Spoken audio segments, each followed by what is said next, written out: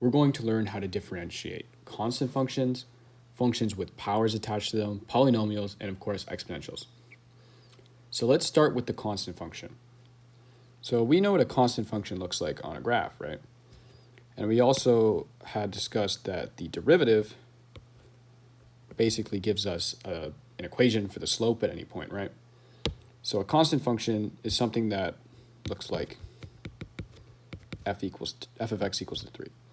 And f of x equals to 3 is just a horizontal line at y is equal to 3, right? And what is the slope of a horizontal line? 0, right? There's no rise to this line, right? Rise over run. It just goes straight across. It's a horizontal slope. It's flat. So the derivative at any point, the equation of the tangent line, the equation for our slope at any point is also 0, right? So the derivative of a constant, and let's call a constant c, is equal to 0. So if we had f of x equals to 3 here, its derivative, f prime of x, right, the first derivative, that's how we denote it, with a little prime symbol there, would be 0.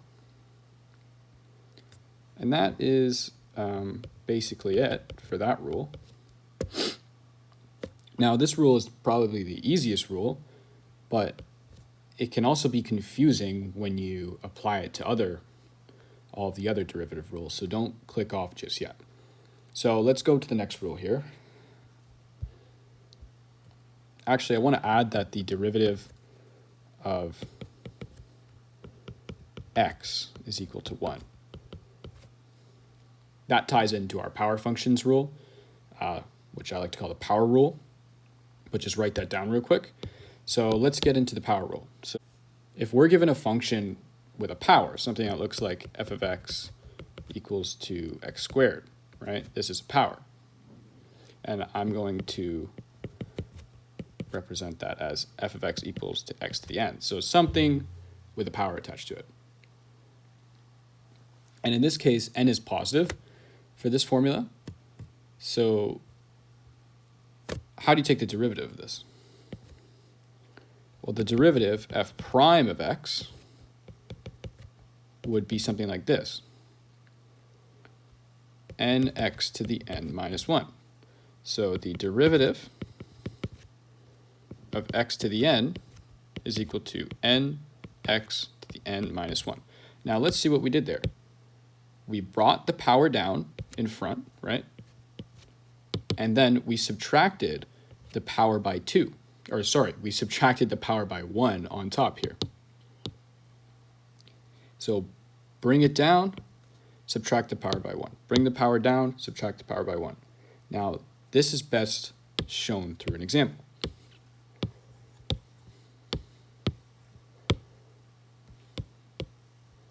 So let's use f of x is equal to x squared.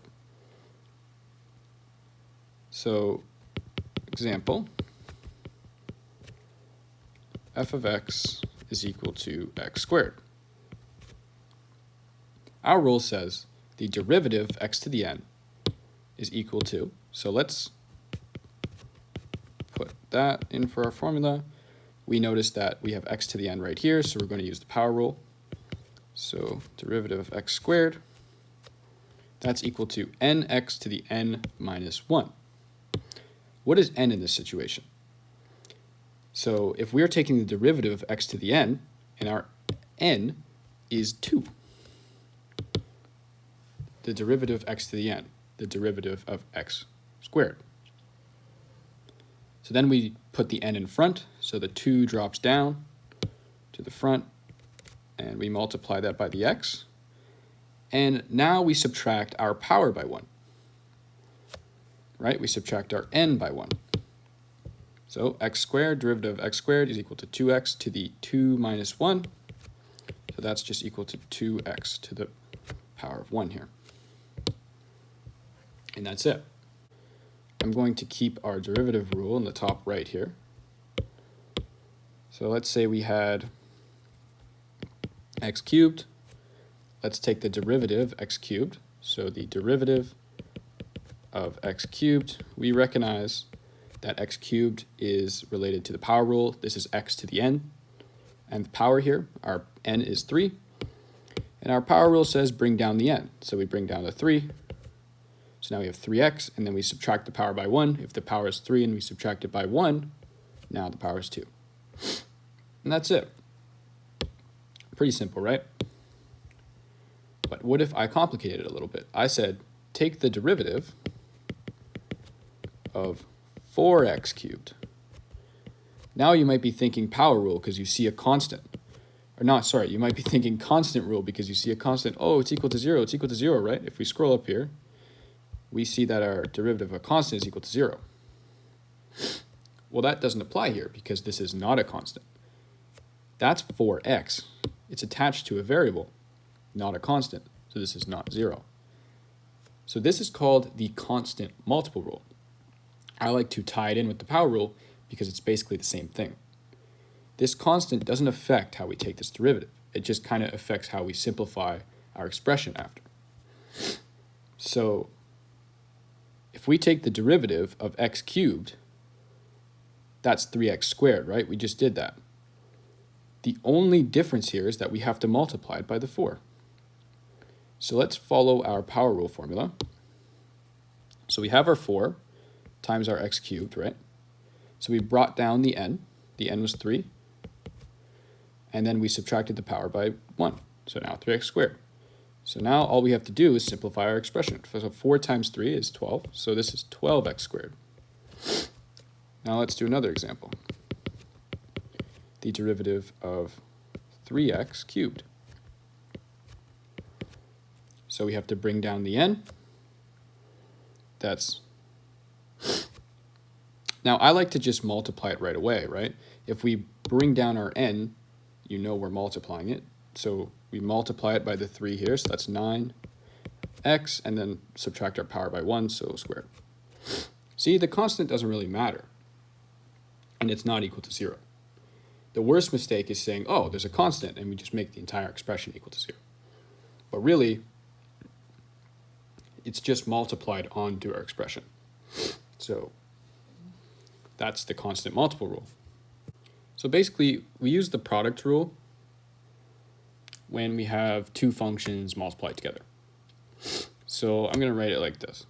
The derivative of f of x multiplied by g of x. So if we have two differentiable functions multiplied together, and I denote them with f of x and g of x, to take its derivative, we must follow the following formula.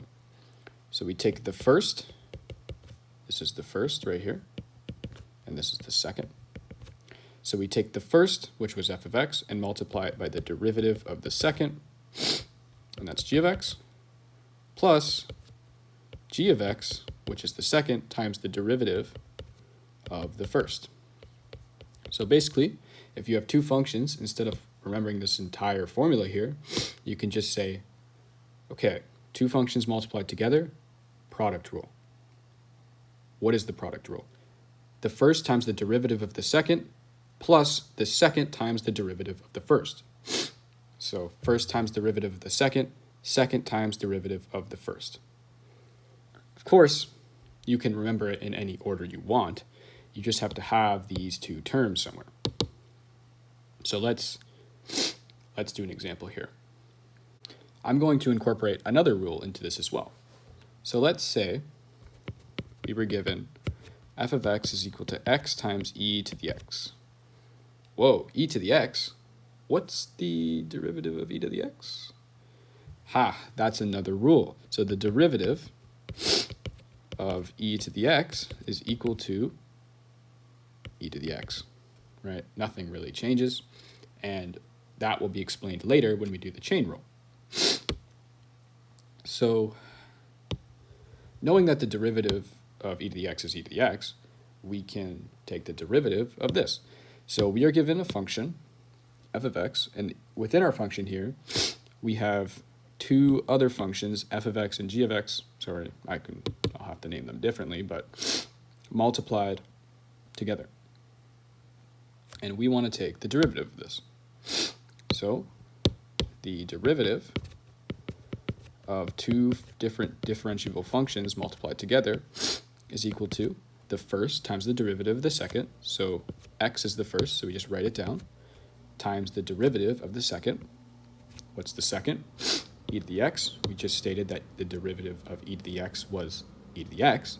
So the first times the derivative of the second plus the second, what was the second?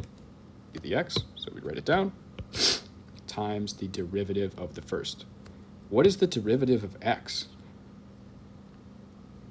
This is a hidden power rule, right? It's a hidden power rule. So let's do this on a different page. So we have the derivative of x. It's not, you can just know that it equals to 1, or you can learn it through the power rule. So the power is 1, right? So it's actually x to the n. What's n? It's 1. So 1 comes down, and then times x, and our power is 1, and we have to subtract it by 1. So this is 1 times x to the 0? Yeah, it's just 1 times 1. Remember, anything to the power of 0 is equal to 1. It doesn't matter what it is. It's just if it's to the power of 0, it's equal to 1. So we're given x, and since we subtract the power by 1 and it becomes 0, it's just equal to 1. Now, what if we were given the derivative of 4x? Now you might say, oh, that's equal to 1 because it's the power of 0. No. Remember the constant multiple rule, right? So we have our x here, but we also need to account for our 4. So it's 4 times our derivative of x. So we bring down the n, whatever, we know the derivative of x is equal to 1, so it's 4 times 1, so that's just equal to 4. So back to our problem.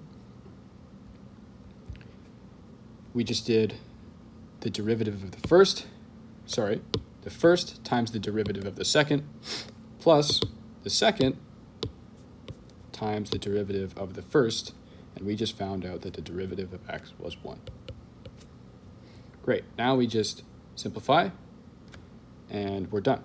So x times e to the x is x e to the x, and then plus e to the x times 1, that's just e to the x. So that is our answer. Unless you want to, of course, factor out e to the x here, because we can. And so it's e to the x times x plus 1. That's it. So remember we learned that the derivative of e to the x is just equal to e to the x, and that's because of the chain rule, which we haven't learned yet. And the derivative of x is equal to 1, and we also just learned the power rule. Sorry, the product rule. And we also learned the power rule. So next, we're going on to the quotient rule. This is the rule. So the derivative of, let's say we had one function, f of x, and then we were dividing it by another function, g of x. That's called a quotient. And the rule is we take I'm going to call the top one, f of x, the first, and the bottom one, the second. Okay? So we take the second, and the second is g of x, and multiply it by the derivative of the first. So this is very similar to the product rule on the top here, except that we have a minus sign instead of a plus, and then we take the derivative of the first. Sorry, we take the first, which is f of x, times the derivative of the second, which is g of x. So pretty similar to the product rule. It's the exact same on top, except we have a subtraction symbol instead of a plus. So the second times the derivative of the first minus the first times the derivative of the second. And then our denominator here, and that's all divided by our denominator here, which is the second squared. Do not forget that squared symbol. I don't know why everyone forgets the squared symbol. It's not symbol, but don't know why everyone forgets to square the function in the denominator, but I do it. We all do it. Just don't forget to do that. What I like to do is immediately write g of x squared, whatever g of x is, on the bottom before I even start with the top, right? And then you never forget to do it. So let's do an example. So here's our derivative rule. It's a little bit messy up there, but gets the job done for this video. This definitely the most annoying rule, and I love to avoid this rule by doing some special tricks that we're going to learn in later videos. But if you can avoid the quotient rule, do it, because you're going to save a lot of time. So given a function f of x is equal to x squared plus x minus 2 divided by x cubed plus 6, find the derivative of this function. So find f prime of x. We notice right away that it's a function divided by a function, so quotient rule. Not product rule, because product rule would mean they have to be multiplied together. Not power rule, because this is not just a polynomial, and we can't just go through each of the powers here and do the rule. And definitely not the constant rule, because this is not a constant. So of course it's the quotient rule. So let's get right into it. So I hope you have the rule written down, because we're going to need the entire page for this question. So let's find the derivative of this. So first we write down f prime of x, and let's remember to square g of x right away. So g of x is the bottom function, so it's x cubed plus 6 squared. Right away, we already squared it, so we don't forget to do this at the end. Now we start with the top. So remember, we take the bottom function, which is the second, and we just put it there. So x cubed plus 6. Then we multiply that by the derivative of the first. And the first is x squared plus x minus 2. So we multiply that by the derivative of the first. It's going to get real messy if I don't do it this way, so just bear with me. And instead of a plus symbol like the product rule, we put a subtraction sign there. And then we write down the first, and we multiply it by derivative of the second. So d over dx, second, x cubed plus 6. Great. Now all we have to do is take our derivatives and do a whole bunch of simplifying and collecting like terms. So as you can see, two rules are colliding. We have to do the quotient rule, but within the quotient rule, we have to take derivatives.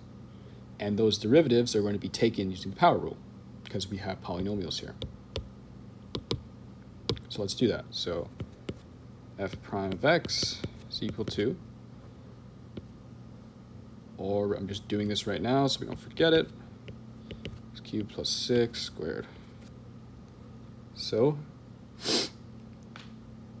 x cubed plus 6 times the derivative of x squared plus x minus 2. Now this is just this is two power rules and then the constant rule, right? So the derivative of x squared, bring the n down,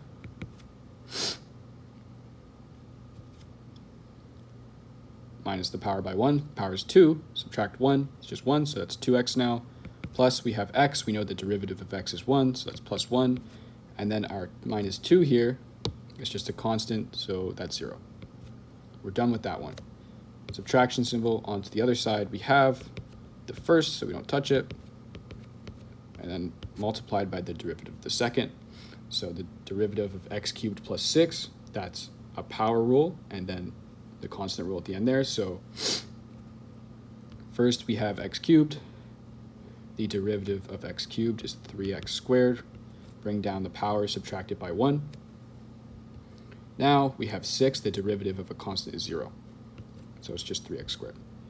Now what we have to do here is, of course, FOIL these, and then distributive property over here.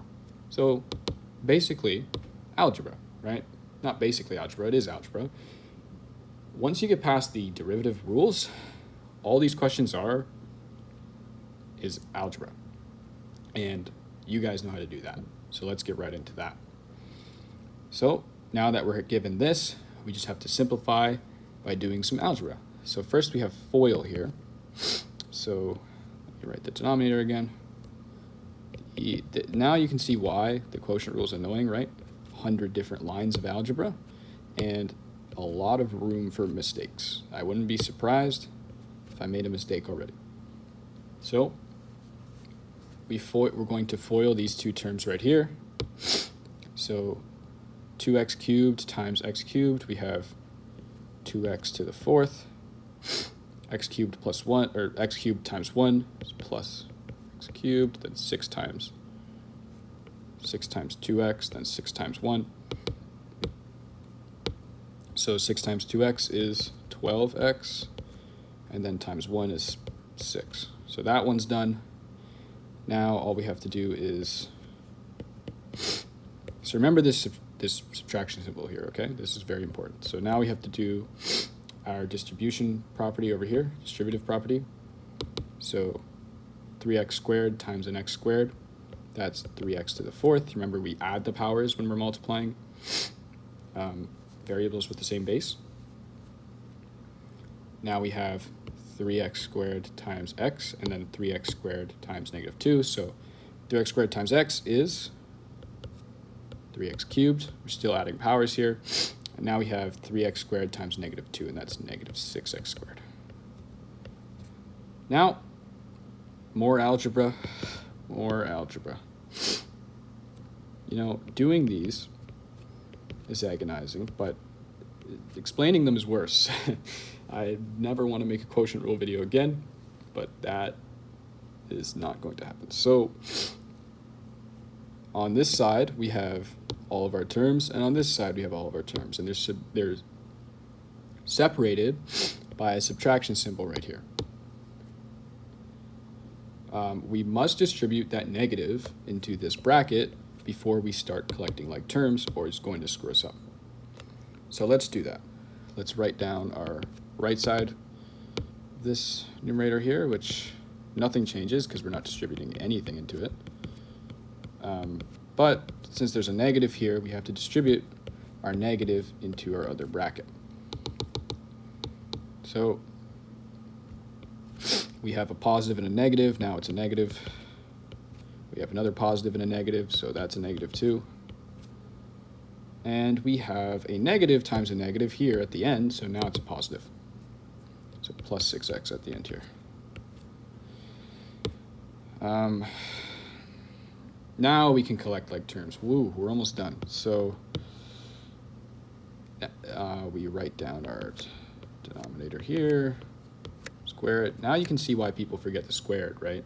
How many times have I written this denominator without even changing it, right? That's why people forget to square it. So let's collect like terms. So we have a 2x to the fourth power and a negative 3x to the fourth power. So those are like, so we can add those together. So 2 minus 3, that's negative 1. So that's negative x to the fourth. We have an x cubed and a negative 3x cubed. Those are like, so we can add those together. So that's negative 3 plus positive 1 here. So that's minus 2x cubed. We have a 12x, and that is the only x that we have, so we don't really care. Just leave it. We have a constant here. That's also the only constant that we have, so we don't really care, so we leave it. And then we have a 6x squared at the end, and nothing is like with that either, so we just leave it. So we just add everything on now.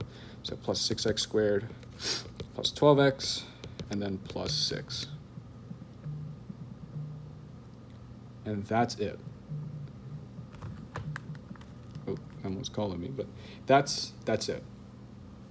That is our entire example for the quotient rule. So basically, we apply the quotient rule, we use other derivative rules within the quotient rule, and then we do a ton of algebra like FOIL, distributive property, and sometimes you might need to factor at the end as well. And always remember to have the second term squared in the denominator. And that is it for our quotient rule. All right, the derivative of trig functions now.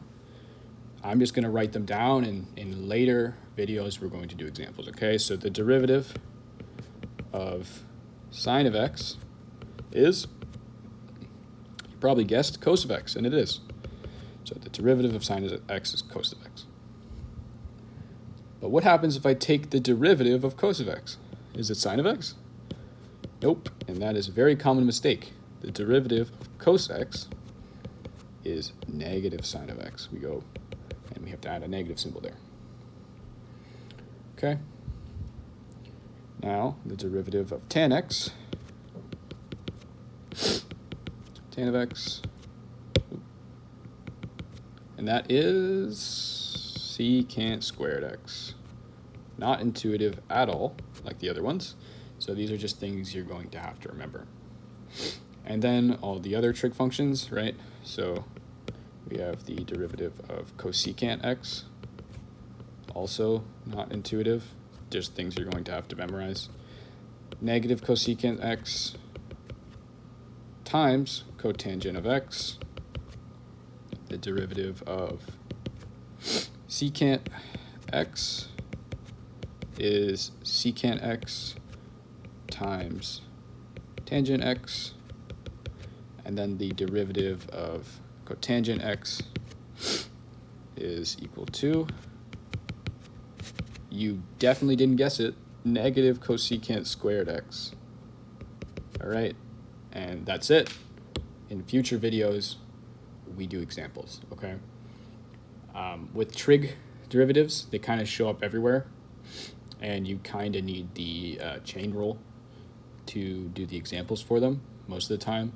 And if you're not using chain rule, that means the examples are probably super easy. So we're going to learn the chain rule first before we get into examples of derivatives of trigonometric functions. So chain rule time. F of x is equal to f of g of x. Now, that's already confusing for most people, and is differentiable at x, and f prime is given by. So if we want to take the derivative of this, we are going to use this formula. F prime of x is equal to f prime of g of x times g prime of x. What do you mean? What do you mean by that? Basically, we're going to look at this term. So basically, f prime of g of x is a function, and within that function, there's another function. Now let's take sine of x as an example.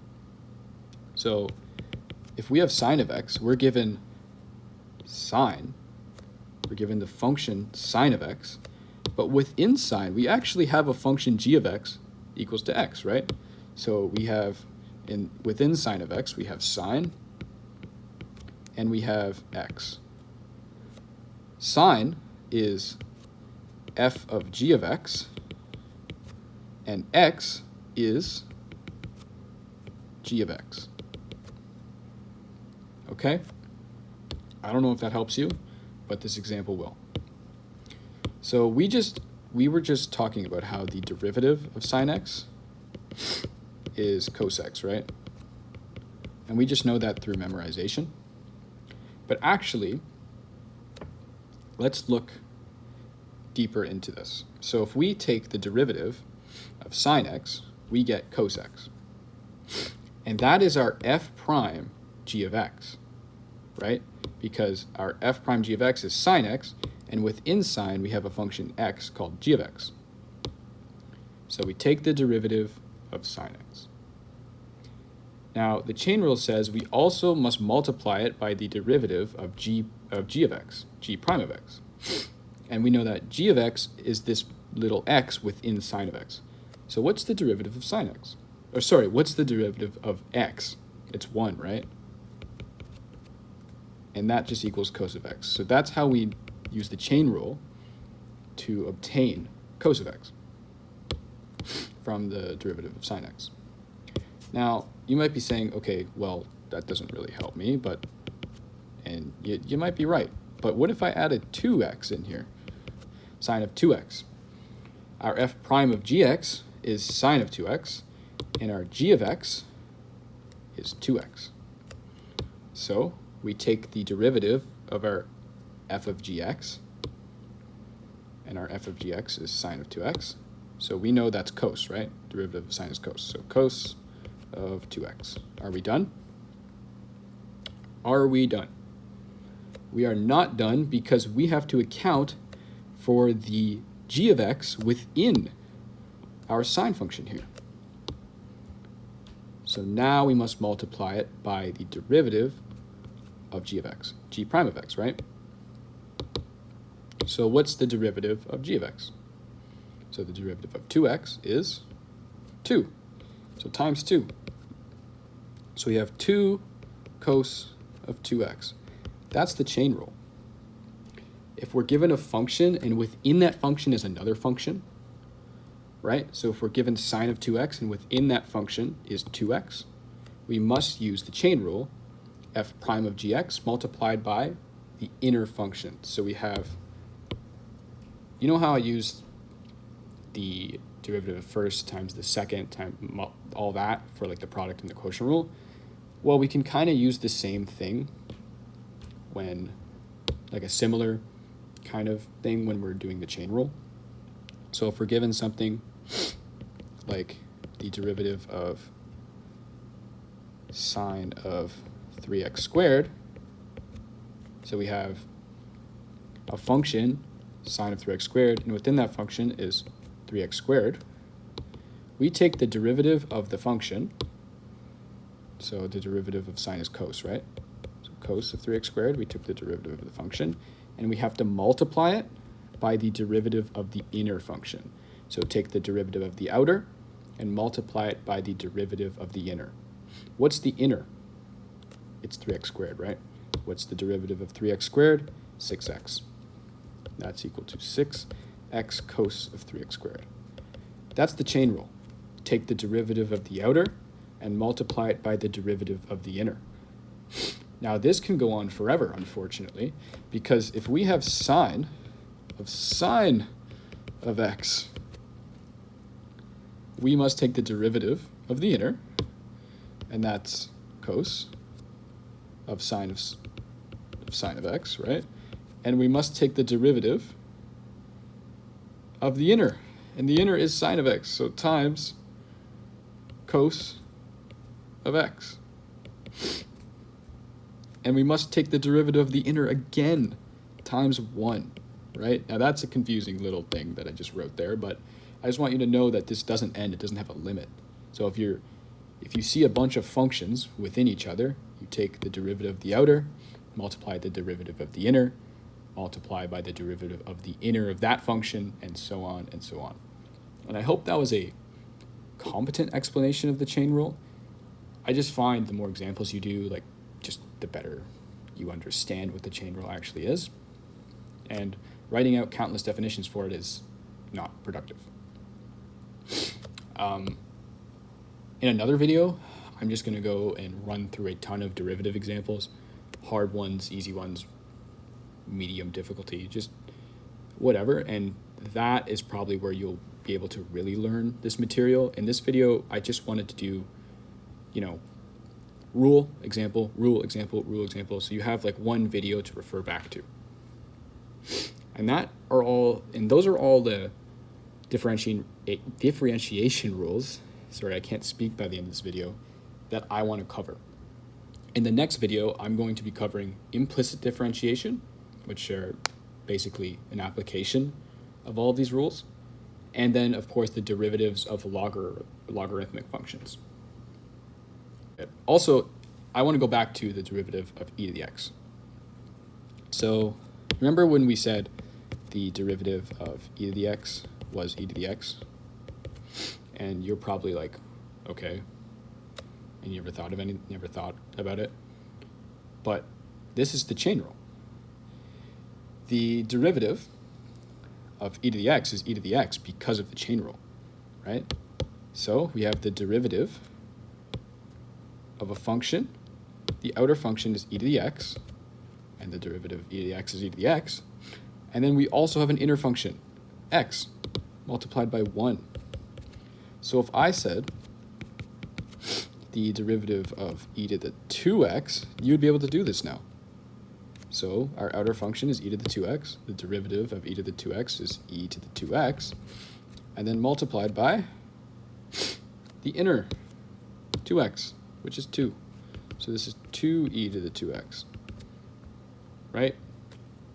Very nice, very easy. Another application of the chain rule there. So thanks for watching this video, and have a great rest of your day.